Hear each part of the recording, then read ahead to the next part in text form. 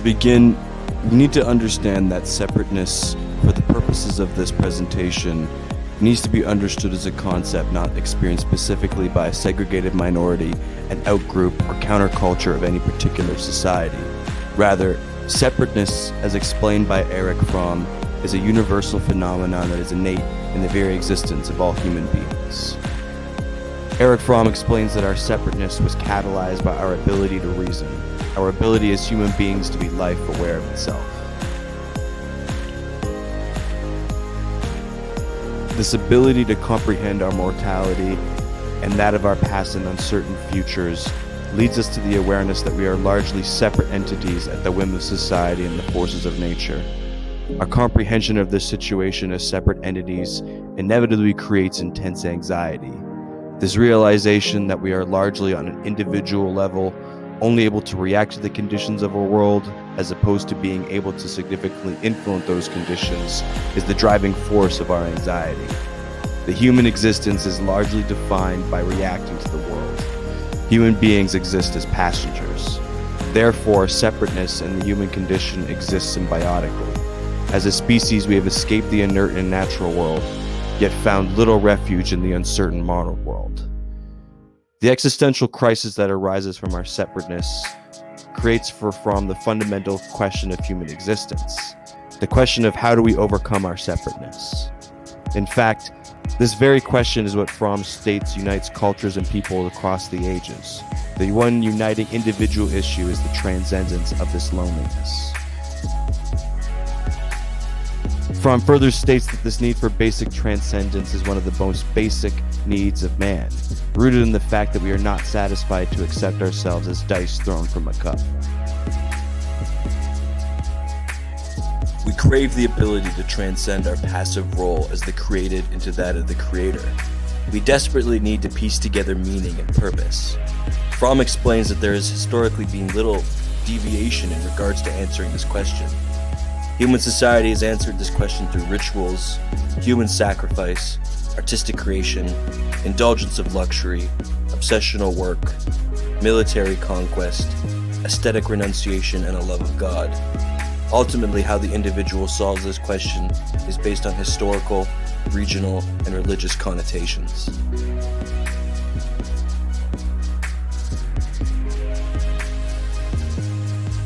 There are several ways of transcending loneliness and separateness that largely influence all the aforementioned historic human behavior and action. The first way to transcend loneliness is that of an orgiastic state, which may or may not have the form of an auto-induced trance with the possible help of drugs.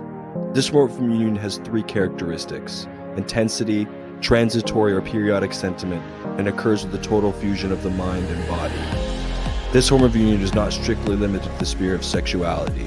While the name may seem to suggest such, it is meant to have more ritualistic and social aspect, which may or may not have the form of an auto-induced trance with the possible help of drugs. This form of union has three characteristics: intensity, transitory or periodic sentiment, and occurs with the total fusion of the mind and body.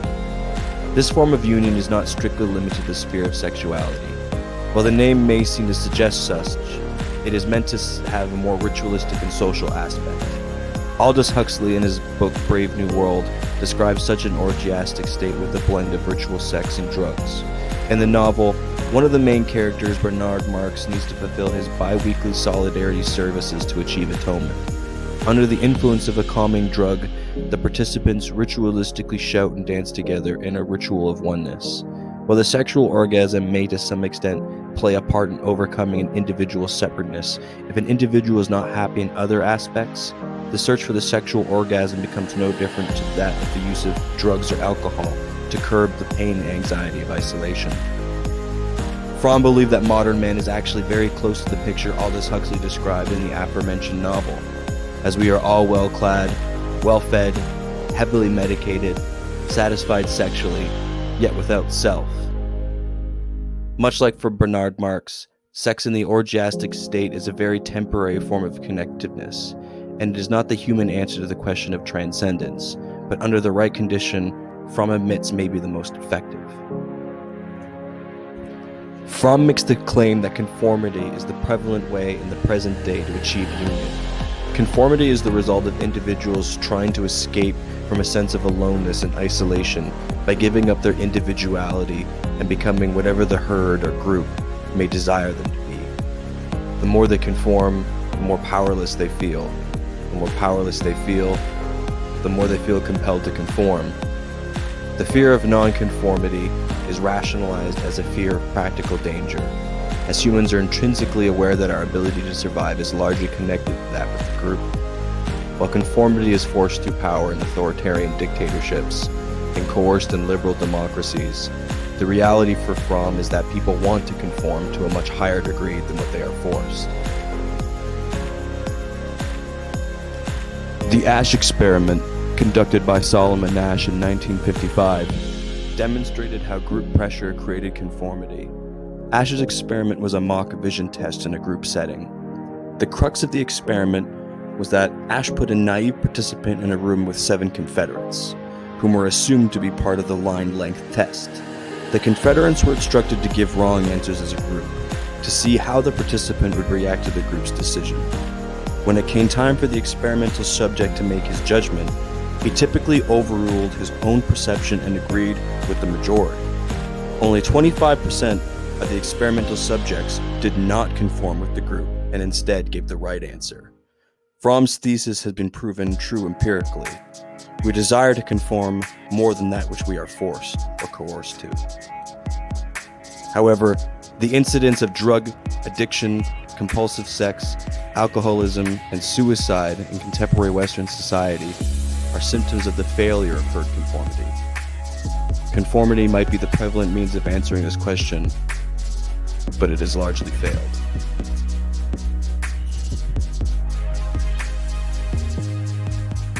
Other forms of union can be found in that of the work routine, the pleasure routine, and that of creative activity.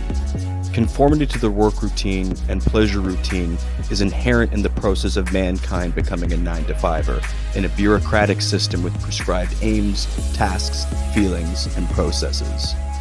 Though not as intensely coordinated, pleasure is prefabricated in routine occurrences with little deviation amongst individuals. Creative activity under the capitalist structure has been eradicated from the work process. Karl Marx's theory of alienation argues that all things produced are owned by the capitalist, and as a result, the producers have no say in the process and are alienated from that which they produce. In conclusion, the question of human separateness can be solved in various ways, but the most effective lies in the achievement of interpersonal union, or fusion with another person through love. So fundamental is this drive for love that humanity would cease to exist if collectively we didn't all strive for it. Symbiotic fusion is best understood as existing in either a passive or active form. The latter refers to symbiotic fusion catalyzed and formed through a sadistic individual who escapes from separateness by enhancing or inflating themselves. They need to be worshipped and be the center of their partner's existence, while the aforementioned passive form is that of submission, better described as masochism. This form exists when an individual wants to completely submit themselves to the will of another, submitting to the safety of never having to make their own decisions. The individual is robbed of all integrity. Fromm believed that both instances, individuals were not practicing mature love. Mature love is union under the condition of preserving one's integrity. That is, love uncorrupted by domination and submission. Mature love is the active concern for the life, growth, and development of that which we love. An individual who is truly practicing love follows that mature love is, I am loved because I love, as opposed to, I love because I am loved. This form of love largely exists in character and practice. Mature love is not primarily a relationship to a specific person, but to the whole world in which we love. If I truly love one person, I love all persons. I love the world. I love life. The elements of mature love are care, respect, responsibility, and knowledge. If any element is missing, the individual is not practicing or participating in mature love.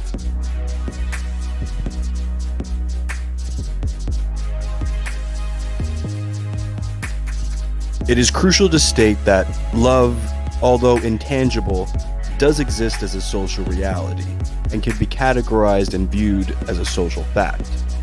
A social reality or a social fact, as explained by Emil Durkheim, has three defining characteristics: generality, constraint, and externality. Love as a social fact meets all of the criteria. When Erich Fromm discusses love, he wants the reader to understand that not only is love an art, but it needs to be practiced and cultivated. Much like the understanding of the Tao and Taoism, or actions that we choose to take in the Eightfold Path of Buddhism, life should be practiced with discipline and reflectiveness. Our understanding of love needs to change, from that of an infantile, symbiotic union to that of mature love. One should not perceive love as something one falls into, but rather as something that one stands in. Love, much like a successful life, can only be created through integrity and sacrifice. Love is not congruent with happiness, but with giving. When we practice mature love, we are practicing the art of giving. We do not just give material things when we practice mature love, but we give of ourselves. Furthermore, the loving person knows that the life of this fellow human being is not just their business, but is a concern for us all. The fallacy is that love is thought to be something that one needs to receive more than what one gives. This fallacy is connected to modern man's view that happiness and satisfaction consist in taking in commodities, sights, and peoples. Therefore, our expectations of how to love and what love needs to become has been perverted by modern capitalism. We expect that love should largely be received, and when we do not receive it, we believe something must be fundamentally wrong with our character. Modern society has three major misunderstandings about the practice of love. Modern society is under the illusion of two forms of pseudo-love and a symbiotic union that is practiced in isolation. The first form of pseudo-love is depicted in movies and novels and is projected as the great love of Western society. This form of love is formed by idolization, whereby an individual worships their love as something without flaw. The plot point of several movies follows the trope of "did he get the girl?" However, this love is often fleeting, as any human idol will inevitably fall from the pedestal of worship. Often, this will manifest in a cycle where a new idol is continuously sought. The second pseudo-love that Fromm described was sentimental love, or a love that only exists in hindsight. This love is largely a result of the consumer nature of love under modern capitalism. Love is experienced in a fantasy by the consumer through the novels, books, and the media they consume. The symbiotic union of marriage is a fundamental way of transcending loneliness. However, it is flawed when it is practiced in isolation. One can often find two people in love with each other, but who feel no love for anybody else. This love is an egotism, as the two people have solved the problem of separation by enlarging the single individual into two. Instead, the married couple needs to also love the stranger. As mentioned earlier, mature love exists when we give of ourselves without the hope of reciprocation. Marriage today in its ideal form is seen as a team against the world, and in its best is described as a form of reciprocal altruism. The practice of mature love and modern capitalism cannot exist concurrently. Erich Fromm believed that individualism and egotism of capitalist society cannot exist with the essential collectivism of mature love. The alienation explained by Karl Marx was also believed by Fromm. Fromm believed as well that modern capitalism alienated man from himself, his fellow man, and from nature. Humans exist as alienated automatons who still crave to conform and remain close to the herd. Staying close to the herd and not being different in thought, feeling, or action is an ever-increasing phenomenon. The obvious paradox being that even though we strive to be close to the herd, we remain alone and separated. Emil Durkheim wanted to believe that modernity's negative effects could be fixed because society was, and still is, in a state of transition. He believed that no lasting political order was possible if individuals only served their own needs. What was needed was faith in a common ideal. Perhaps the striving for mature love can be that common ideal. Love has already been explained as the fundamental drive of most human action. So the next logical conclusion would be implementing radical changes in our social structure to reflect the very reason for our existence. As the example illustrated by Fromm highlighted, you would not believe someone if they said that they loved a flower, yet never took care of it. The individual claims to value love, yet where is it practiced? Where is it watered and cultivated? Society practices the love of consumption, fueled by a system of competition and exploitation. In conclusion, the unsettling reality is that modern capitalism is incompatible at answering the question of existence.